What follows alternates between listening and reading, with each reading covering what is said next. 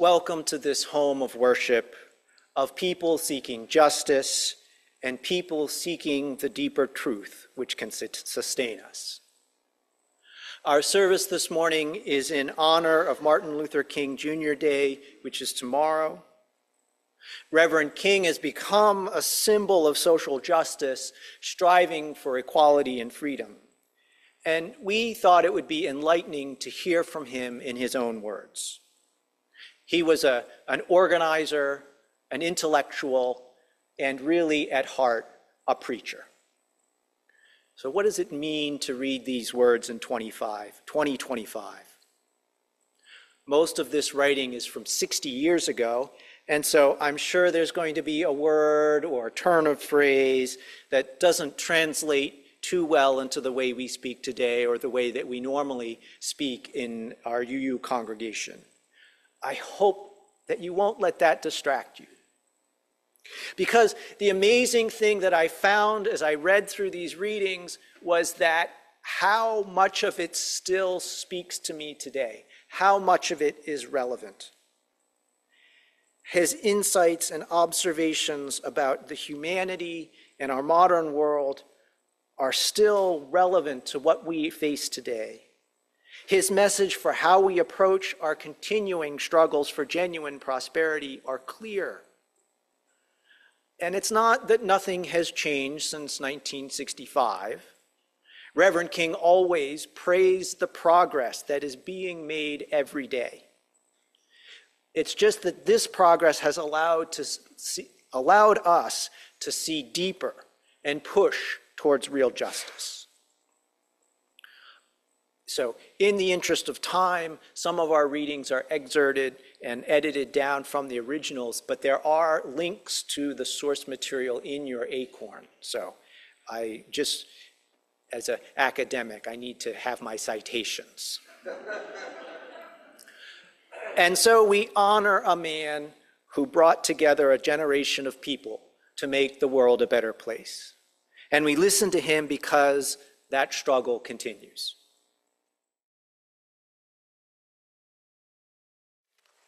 Good morning. I am Hugo Loaiziga, and I'm honored to read a speech by Martin Luther King, who was killed fighting for justice. This speech was delivered during the first mass meeting of the Montgomery Improvement Association in a working class section of Montgomery, Alabama. A quick background: the Montgomery bus boycott was a civil rights protest during which African Americans refused to ride city buses in Montgomery, Alabama, to segregated seating. The boycott took place from December 5th, 1955 through December 20th, 1956, and is regarded as the first large-scale US demonstration against segregation.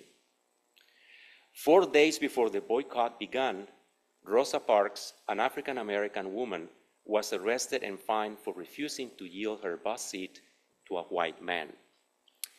The US Supreme Court ultimately ordered Montgomery to integrate its bus system, and one of the leaders of the boycott, a young pastor named Martin Luther King Jr., emerged as a prominent leader of the American civil rights movement. Here is the speech. My friends, we're certainly very happy to see each of you this evening.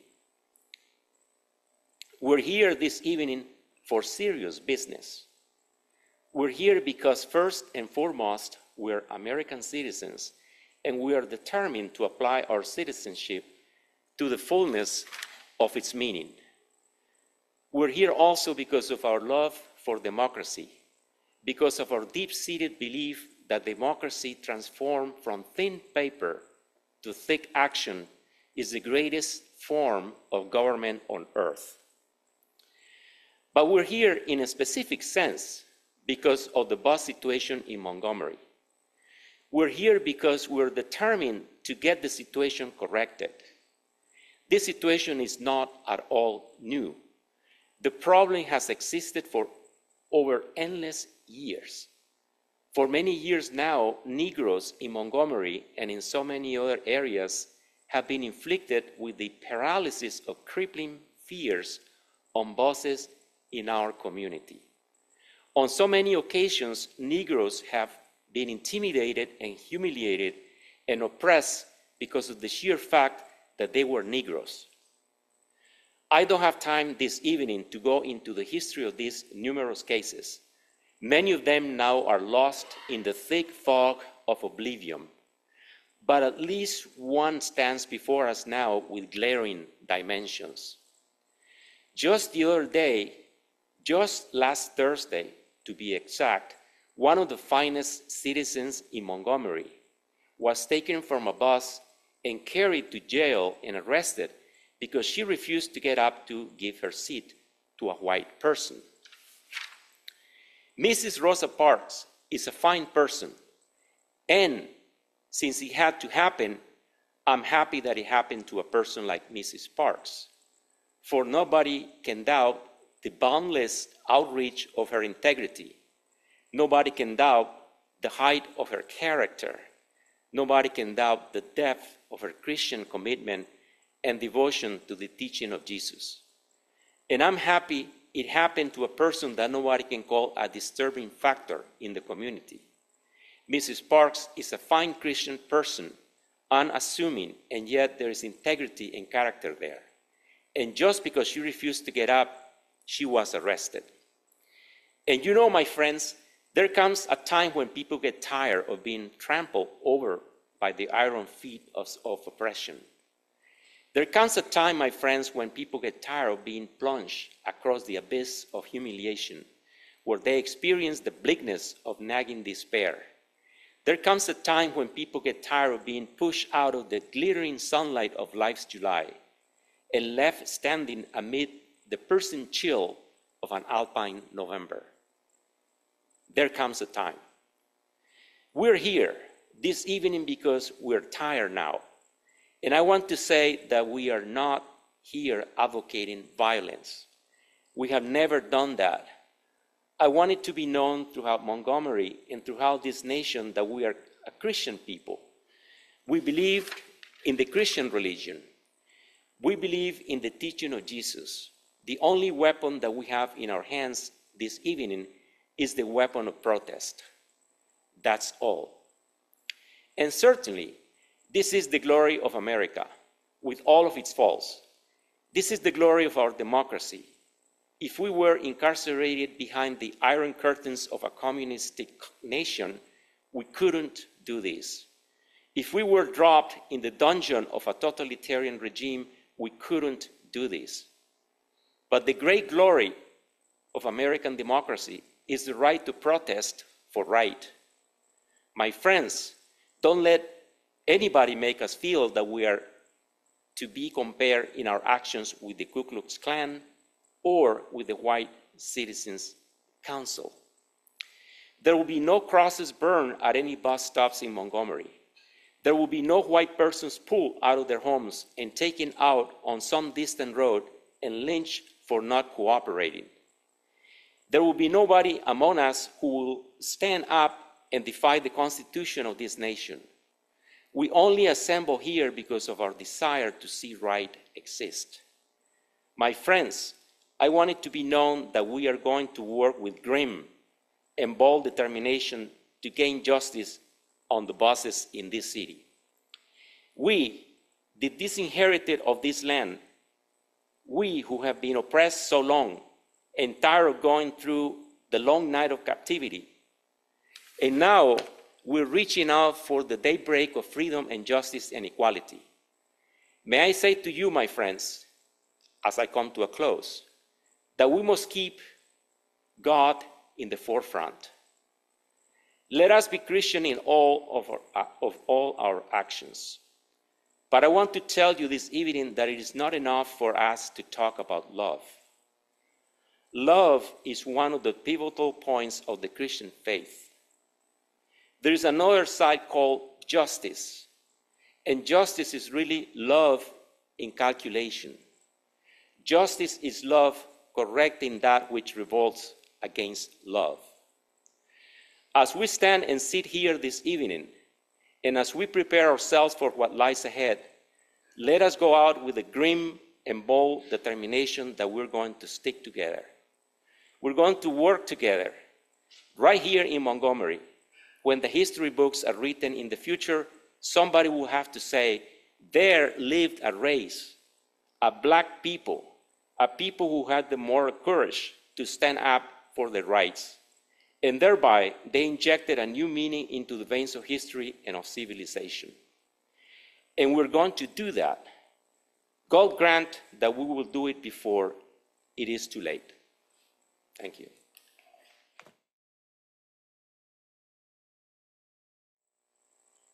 Hello. I'm Penny Davies. Our second reading is an excerpt of a sermon titled, Love Thy Enemy,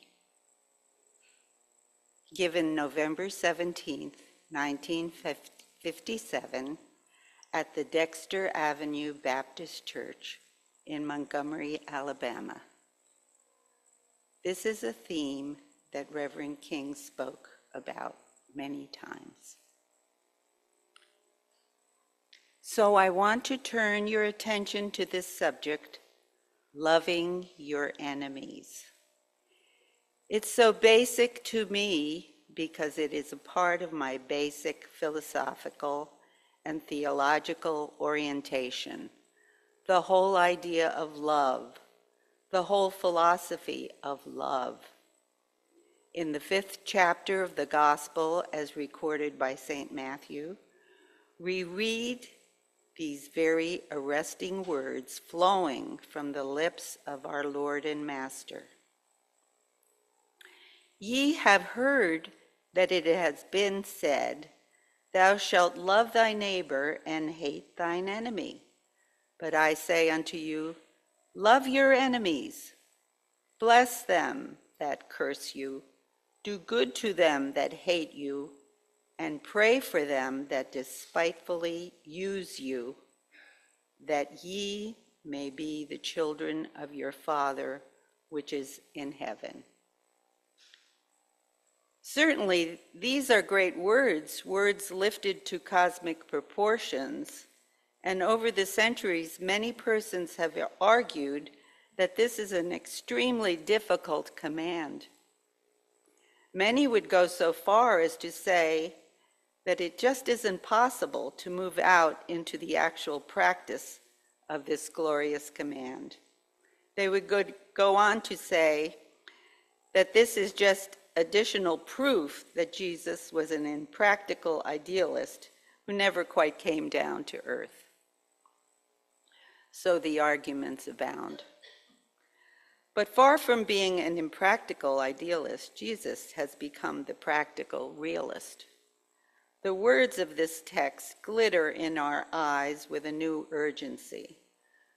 Far from being the pious injunction of a utopian dreamer, this command is an absolute necessity for the survival of our civilization. Yes, it is love that will save our world and our civilization. Love even for our enemies. And this is what Jesus means, I think, in this very passage when he says, love your enemies. And it's significant that he does not say, like your enemies. Like is a sentimental something, an affectionate something. There are a lot of people that I find it difficult to like. I don't like what they do to me. I don't like what they say about me and other people. I don't like their attitudes. I don't like some of the things they're doing. I don't like them. But Jesus says, love them. And love is greater than like. Love is understanding, redemptive goodwill for all men, so that you love everybody because God loves them. You refuse to do anything that will defeat an individual because you have agape in your soul. And here you come to the point that you love the individual who does the evil deed. while hating the deed that the person does. This is what Jesus means when he says, love your enemy. This is the way to do it. When the opportunity presents itself, when you can defeat your enemy, you must not do it. Now, for the few moments left, let us move from practical how to the theoretical why. It is not only necessary to know how to go about loving your enemies, but also to go down into the question of why we should love our enemies. I think the first reason that we should love our enemies, and I think this was at the very center of Jesus' thinking, is this, that hate for hate only intensifies the existence of hate and evil in the universe. If I hit you and you hit me and I hit you back and you hit me back and go on, you see, that goes on ad infinitum. It just never ends. Somewhere, somebody must have a little sense, and that's the strong person. The strong person is the person who can cut off the chain of hate, the chain of evil, and that is the tragedy of hate, that it doesn't cut it off. It only intensifies the existence of hate and evil in the universe. Somebody must have religion enough and morality enough to cut it off and inject within the very structure of the universe that strong and powerful element of love. I think I mentioned before that some time ago my brother and I were driving one evening in Chattanooga, Tennessee from Atlanta. He was driving the car, and for some reason, the drivers were very discourteous that night. They didn't dim their lights. Hardly any driver that passed by dimmed his lights. And I remember very vividly, my brother AD looked over and in a tone of anger said, I know what I'm going to do. The next car that comes along here and refuses to dim the lights, I'm going to fail to dim mine and pour them on in all of their power. And I looked at him right quick and said, oh no, don't do that. There'd be too much light on this highway and it will end up in mutual destruction for all. Somebody's got to have some sense on this highway. Somebody must have sense enough to dim the lights.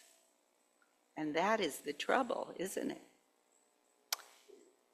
That as all of the civilizations of the world move up the highway of history, so many civilizations, having looked at other civilizations that refused to dim the lights, and they decided to refuse to dim theirs. And Toynbee tells that out of the 22 civilizations that have risen up, all but 7 have found themselves in the junk heap of destruction. It is because civilization failed to have sense enough to dim the lights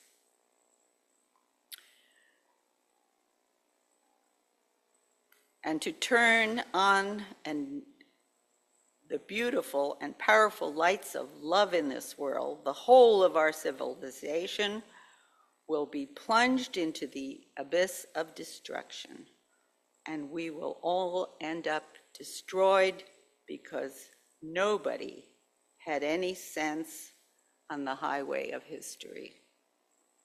Somewhere, somebody must have had some sense. Men must see that force begets force, hate begets hate, toughness begets toughness, and it is all a descending spiral, ultimately ending in destruction for all and everybody.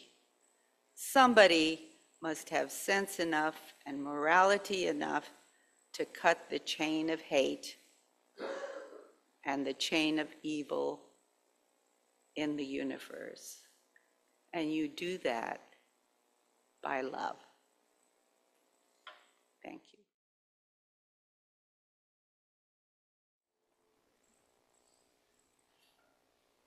Hello, I'm Helen Hansma.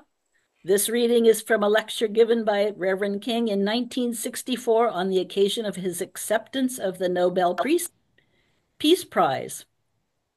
He was being recognized for, according to the award, leading the nonviolent struggle for civil rights to the African American population.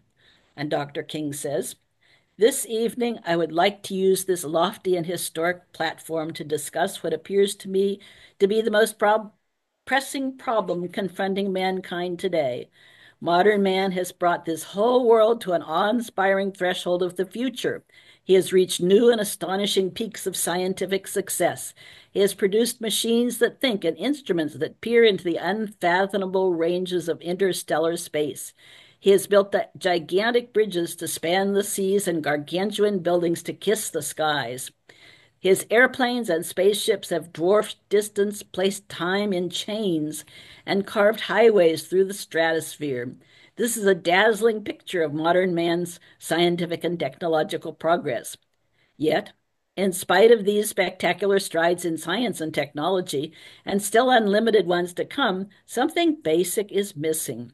There is a sort of poverty of the spirit which stands in glaring contrast to our scientific and technological abundance.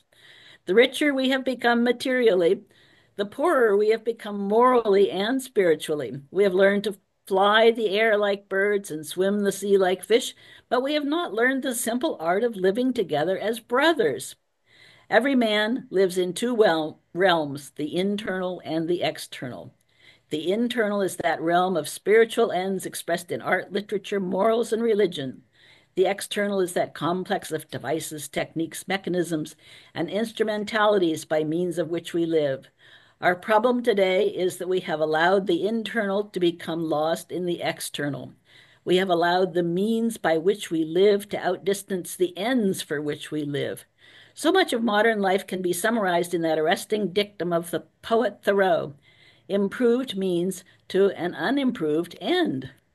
This is the serious predicament, the deep and spiritual lag, the deep and haunting problem confronting modern man.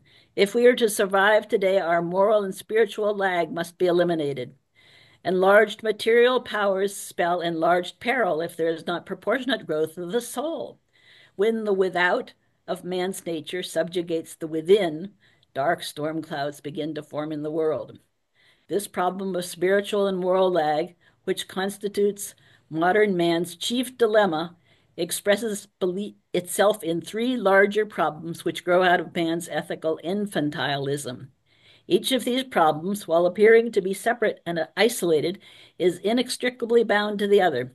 I refer to racial injustice, poverty, and war.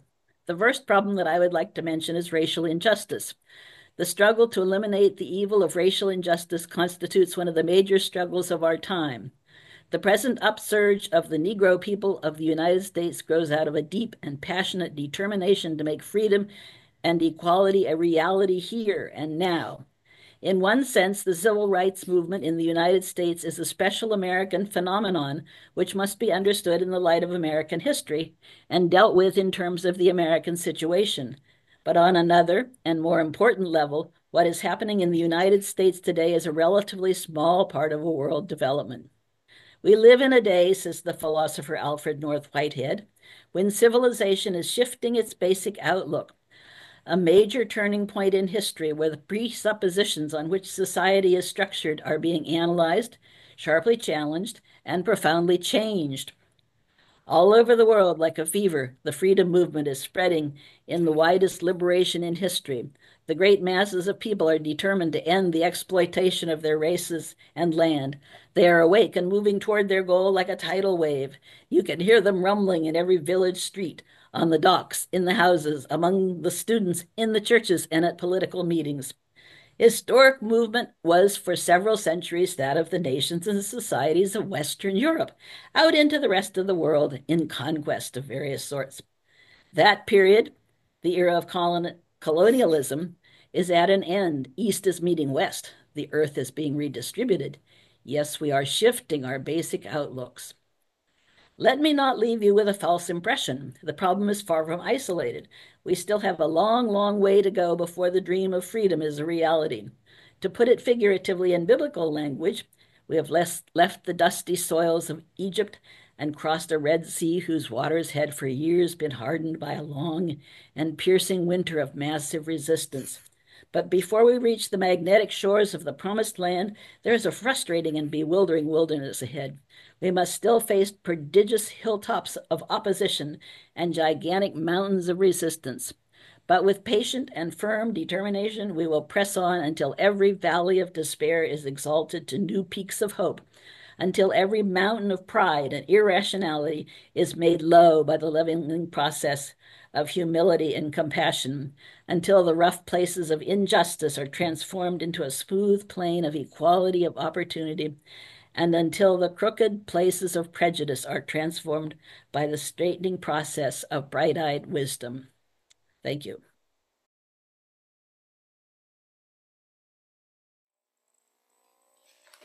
Good morning. I'm Barbara Hodgson.